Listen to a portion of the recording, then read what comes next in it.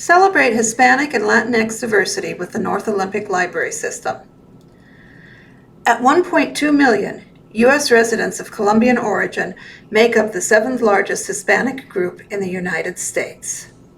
Today, Chef Carlos Osorio de Sequim will share a little of his heritage in this video on how to make Colombian empanadas.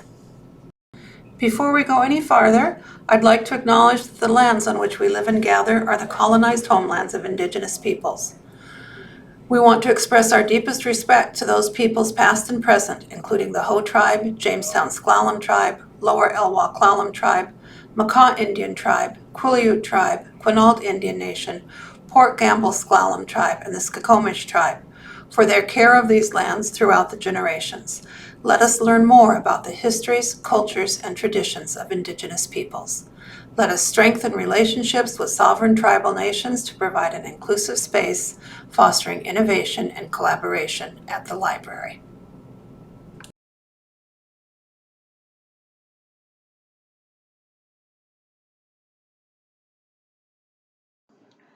Bienvenidos, hermanos y hermanas. Welcome, my brothers and sisters.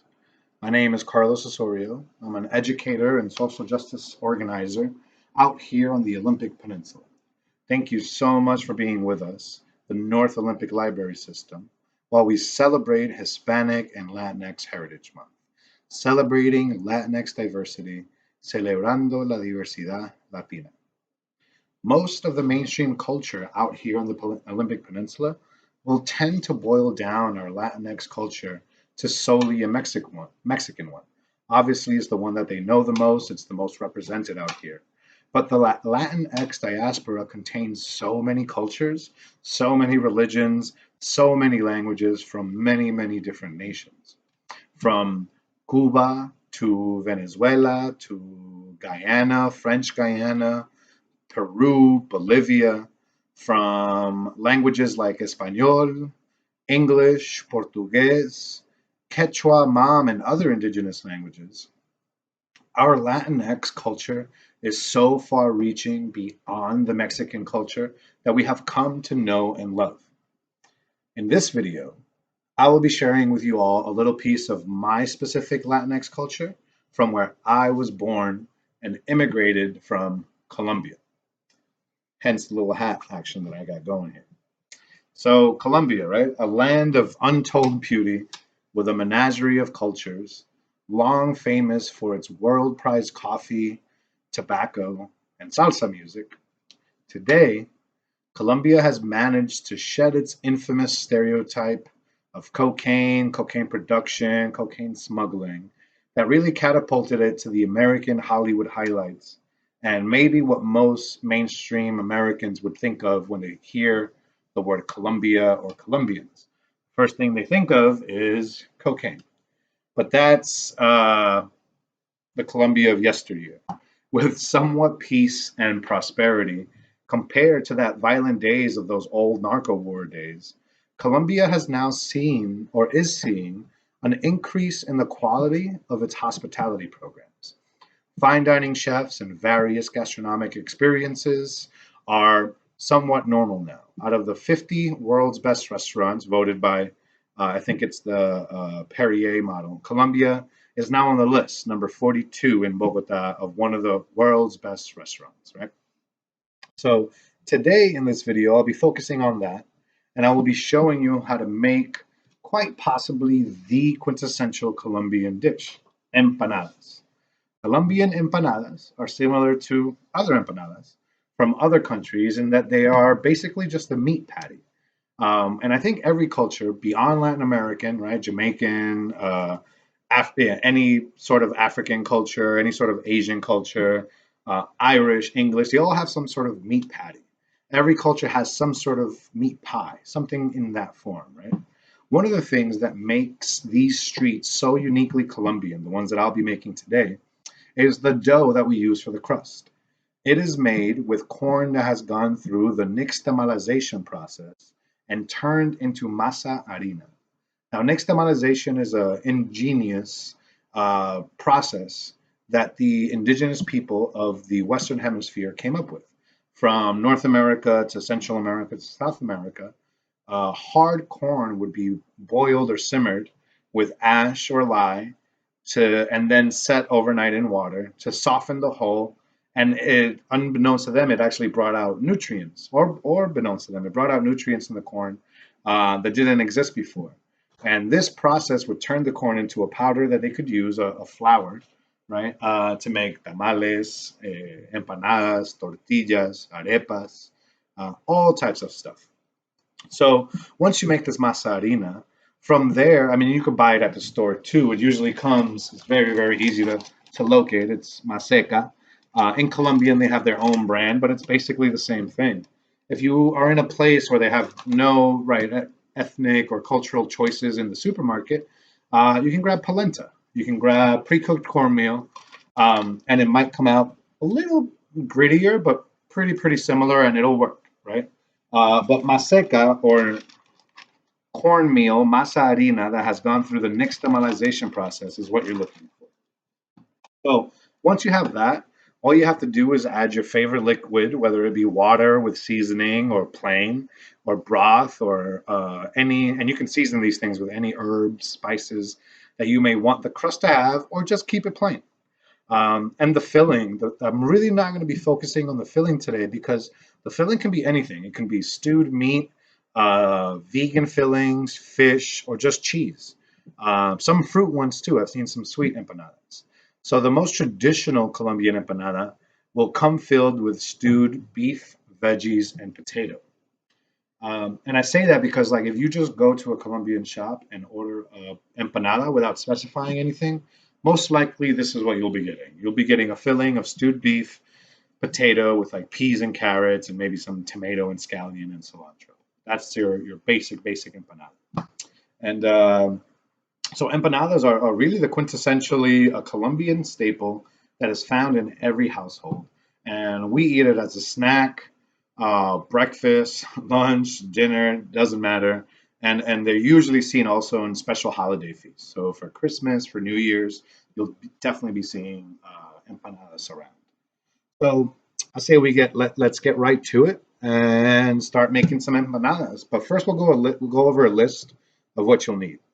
So in order to make these empanadas, we're going to need pre-cooked yellow cornmeal or masa harina that I've already shown you that has gone through the nixtamalization process.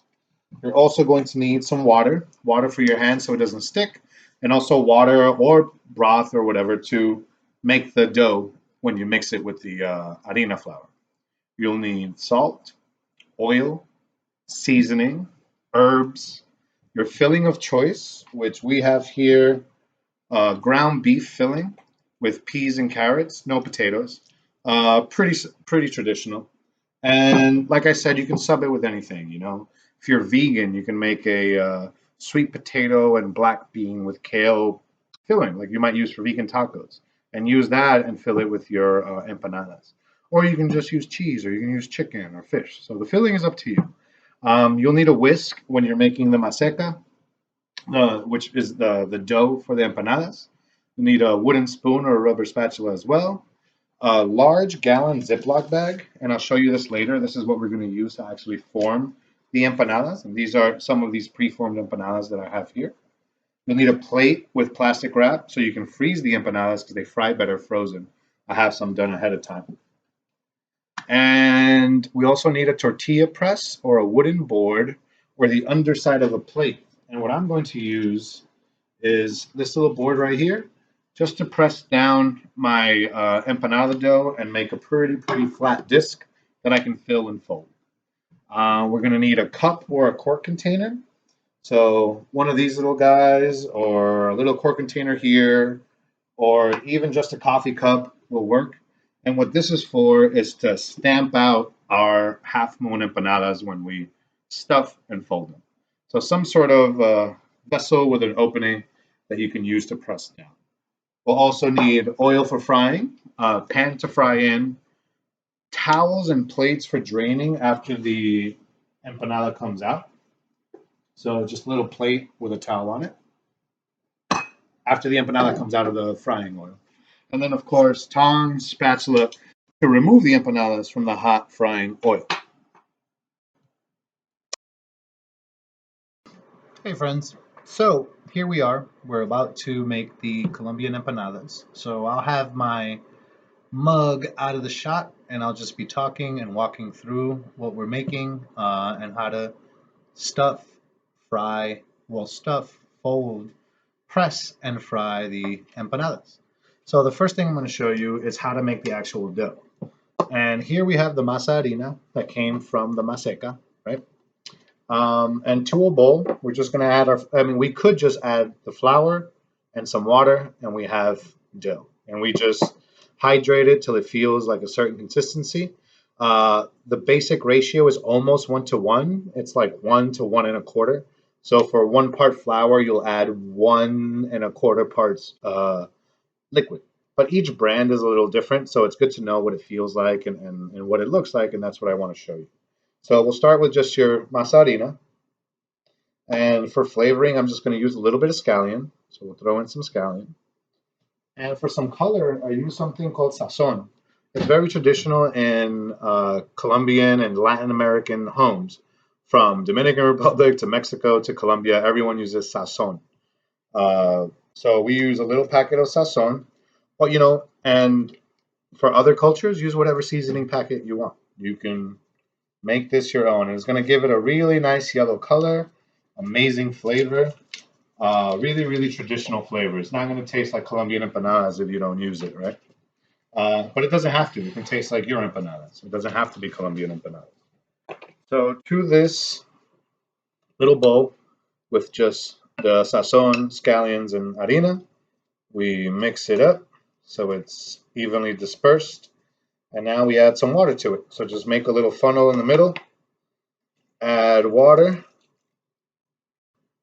or 1 to 1 1/4, and then you slowly start stirring from the middle. From the middle, bringing stuff out, and it will form into a lumpy mass, to a lumpy, shaggy mass. I hope this is visually okay for you guys. There we go. And really, at one point, you're just going to have to get in there with your hands and get dirty. This is the fun part. This is a really good, easy recipe to do with kids. Kids would love getting their hands dirty, rolling around some empanada dough, stuffing it, and of course we do the frying, right? No kids around the hot stove and hot oil. So here's your empanada dough. It's really nice and soft.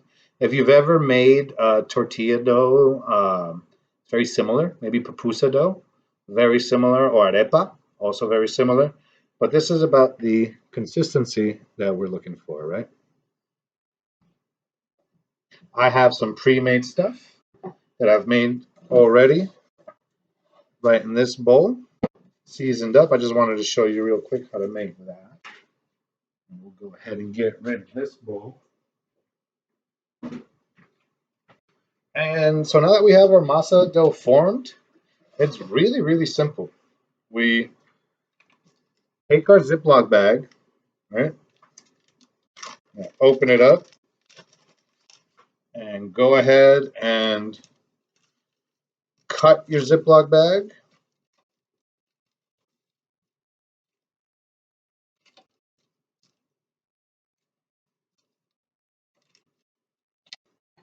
So it opens up halfway.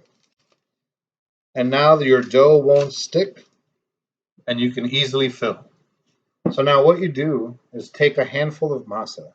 There's really no measurement to this, right? You can make these empanadas as big as you want, as small as you want. I've seen little bite-sized ones. I've seen giant ones. It's up to you. So now you're going to press in the empanada dough to get it really nice and tight, get all the air out so you have a solid ball, right? This gets really sticky on your hands. So you're just going to take a little bit of water.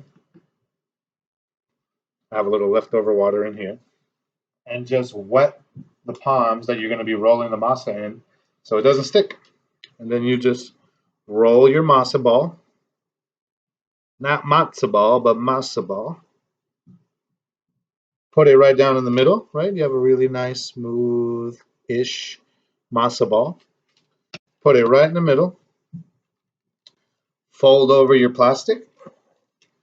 And this is what we're using this little board for. You can use a plate, you can use a tortilla press at this point, right? But this is what we're using the board for. And you just press down on it. Should end up with a flat disc. Here's your flat disc. Open up your empanada, take your filling, and now you want to add your filling kind of to one side, not right in the middle. It's going to be a lot easier to fold over. And you'll get your ratio down, right? You don't want to overfill, you don't want to underfill, and just end up with a fried dough ball, right? And you take your plastic, move it this way, sorry. Take your plastic and kind of fold over this end with where the stuffing is closest to it, over it until it touches the bottom of the empanada dough. And then with your fingers, shape it to where the stuffing is.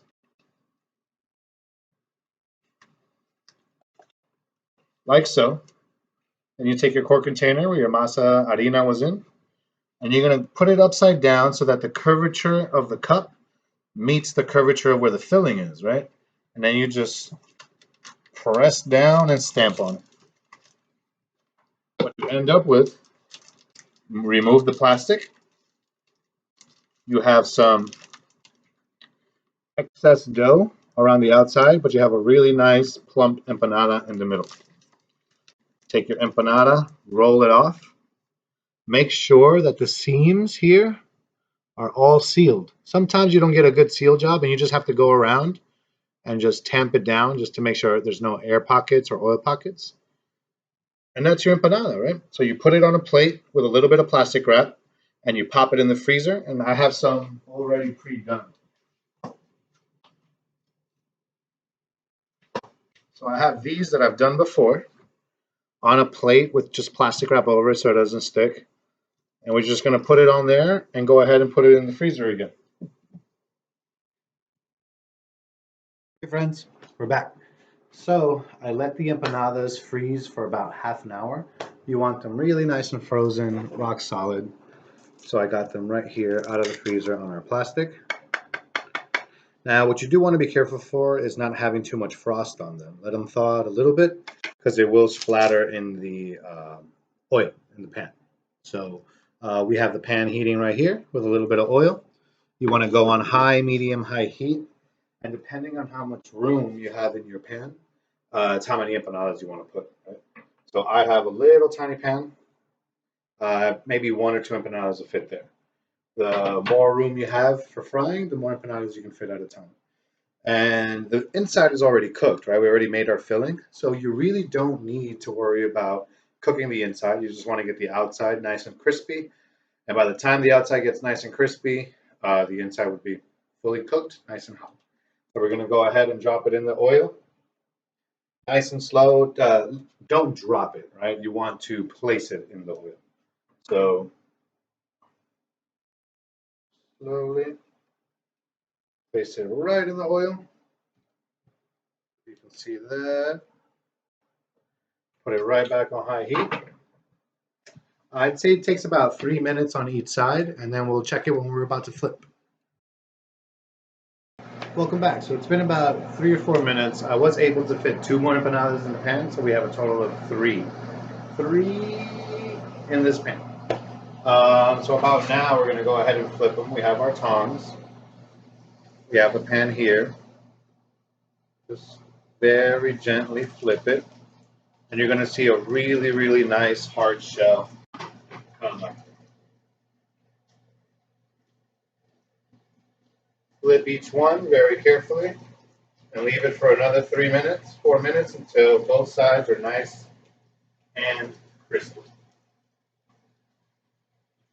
Be very, very careful with the hot oil. So it's been another 3 or 4 minutes. We have the empanadas golden brown on both sides. And we're just going to take them out on a plate with a little bit of paper towel to drain on them. And then we'll show you the traditional way of eating them with little condiments. It's basically just a little lime, a little hot sauce of your choosing. And then you devour them.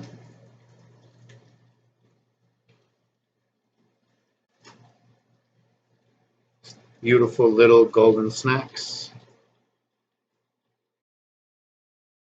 So now you really want to make sure they're drained well. I don't know if you can tell here, but this paper towel is really, really greasy.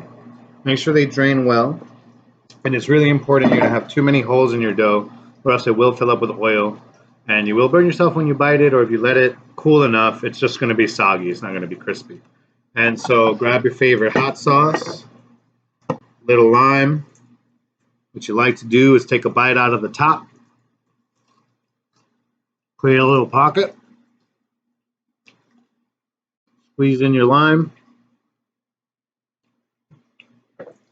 open up your hot sauce, squeeze in your hot sauce, or add your hot sauce, and bon appetit.